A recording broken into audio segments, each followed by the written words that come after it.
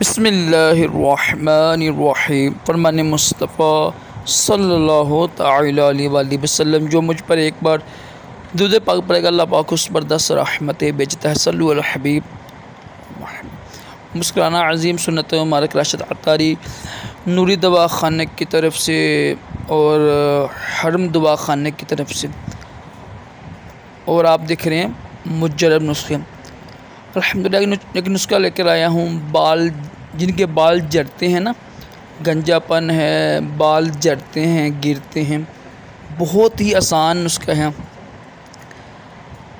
आपने करना ये है ना, गाय का गोश्त लेना आपने एक पाव, गाय का गोश्त ले लें एक पाव, उसको ना 500 ग्राम यानी आधा किलो सरसों के तेल में ना जलाएं 10-15 जब देखें ना जल गया, बिल्कुल जल के यानी उसमें जज़ब हो जाए ना, तो उसको छान लीजिएगा आप।